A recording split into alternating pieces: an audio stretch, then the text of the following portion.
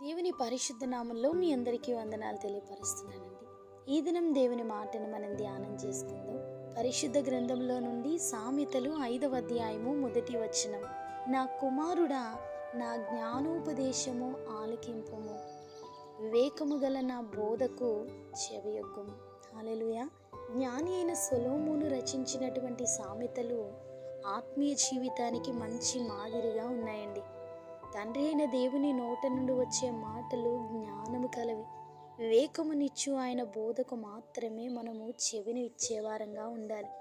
అప్పుడు నీవు బుద్ధి కలిగి నడుచుకొందువు, తెలివిని బట్టి నీ పెదవులు మాటలాడును అని వాక్యం సెలవిస్తుంది. పరిశుద్ధ గ్రంథములో హానూను అనే రాజు బుద్ధిహీనులైనటువంటి వారి మాటలు విని తొందరపడి నిర్ణయాన్ని తీసుకొని అవిధేయుడుగా ఉన్నాడండి. 2వ సమూయేలు 10వ అధ్యాయము 1వ వచనం నుండి మనం చూస్తే, అమ్మోను రాజు మృతి నొందిన తరువాత అతని కుమారుడు అతని రాజ్యాన్ని ఏలుచున్న దినాలవి. దావీదు, హానూను తండ్రి అయిన నాహోషు నాకు చేసిన ఉపకారమునకు నేను హానూనునకు ప్రత్యుపకారము చేయుదుననుకొని అతని తండ్రి నిమిత్తము అతనిని ఓదార్చుటకై తన సేవకుల చేత సమాచారము దావీదు గారు పంపిస్తారు. దావీదు గారు పంపిన సేవకులు అమ్మోనీయుల దేశములోనికి రాగా, అమ్మోనీయుల గనులు తమ రాజుకు హానూనుతో, నీ తండ్రిని సన్మానించుటకే దావీదును యొద్దకు ఓదార్చు వారిని పంపినని నీవు అనుకొనుచున్నావా? ఈ పట్టణమును నాశనము చేయవలనని దానిని శోధించుటకై వారిని అతడు వేగు నిమిత్తము పంపియున్నాడు. రాజు యొద్ద ఉన్నటువంటి గనులు దావీదు మంచి ఆలోచనను, సేవకుల యొక్క రాకను గూర్చి హానూనుకి చెడ్డ సమాచారాన్ని అందించారు. హానూను రాజు వారి మాటలను నమ్మి దావీదు పంపిన సేవకులను పట్టుకొని సగము గడ్డము కొరిగించి వారి బట్టలను కత్తిరించి వారిని వెళ్ళగొట్టాడండి. ఒక ఉన్నత స్థానంలో ఉన్న హానూను రాజు తన ప్రక్కన ఉన్న వారి ఆలోచనను గమనించలేకపోయారు. రాజు సమస్తము గ్రహించేవాడిగా ఉండాలి, కానీ తన యొద్ద ఉన్న గనులను, వారి మాటలను హానూను నమ్మినందున దావీదు గారి సమాచారమును పొందకపోగా ఆయన కోపానికి హానూను దోషిగా మనకి కనబడుతున్నాడు. చాలామంది ఒకటి జరిగితే మరొకటి చిత్రీకరించేవారు ఉంటారండి. అసలు విషయం ఒకటైతే వారి ఊహను నిజంగా చేసి ఒకరి మధ్య ఒకరికి గొడవలను సృష్టించేవారు లేకపోలేదు.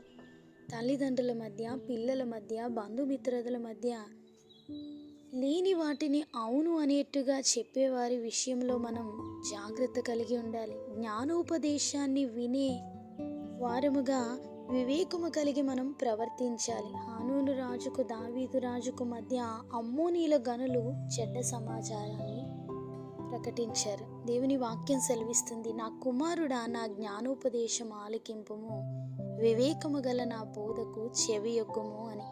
మనము ఎవరి మాటలు పడితే వారి మాటలు వినేవారంగా ఉండకూడదు. లోకములో అపవాది వ్యక్తుల ద్వారా కుటుంబాల్ని నాశనం చేస్తుంటాడు. బంధువుల ద్వారా కుటుంబాల్ని నాశనం చేస్తుంటాడు. మనము దేవుని మాటను వినేవారమే అయితే, ఆయన నడిపింపులో మనం ముందుకు కొనసాగించబడే వారమే అయితే, వ్యక్తుల మాటలు మనం వినమండి. వారు ఏ ఉద్దేశంతో చెప్తున్నారో అనే వివేచన మనం కలిగి లేకపోతే కుటుంబాలు నష్టపోతుంటాయి. హానూను తన తండ్రి చేసినటువంటి మేలును బట్టి దావీదు కృతజ్ఞతతో హానూనుకి ప్రత్యుపకారం చేయాలని ఆశ కలిగి సేవకులను పంపించారు. కానీ హానూను దగ్గర ఉన్నటువంటి వ్యక్తులు, వారు మంచికే వస్తున్నారనుకున్నావా, నీ రాజ్యాన్ని వారు చేజిక్కించుకోవడానికి వస్తున్నారని లేనిపోని మాటలు చెప్పి వారు హానూను తప్పుగా ప్రవర్తించేలా, అవిధేయుడిగా ప్రవర్తించేలా వారి మాటల ద్వారా ప్రోత్సహించారు. మన జీవితాలలో కూడా మనకు మంచి చేసే వారి విషయమై మనము జ్ఞానముగా ఉండాలండి. ఎందరెందరో మాటలు మనం విన్నప్పుడు అసలు విషయం మనం గ్రహించకుండా వారి మాటలను బట్టి వ్యక్తులపైన ఒక ఉద్దేశాన్ని మనం కలిగి ఉంటాం. దేవుని బిడలముగా ప్రభు బయలుపరిచేటువంటి ప్రతి మాటని కూడా మనము గ్రహించే వారంగా ఉండాలి. దేవుని వాక్యం సత్యం.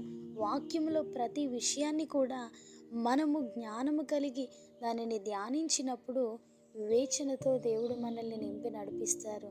వివేకము కలిగినటువంటి ఆయన బోధకు మనము చెవినిచ్చే వారంగా ఉండాలి. లోకపు వార్తలు, లోకపు గొడవలకు మన చెవినిచ్చినట్లయితే మనం అపవాది చేతిలో వాడబడే ప్రమాదం ఉంది.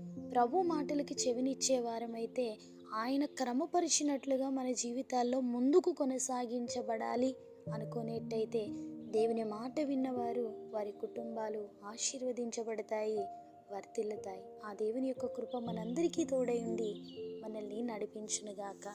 ఆమేన్.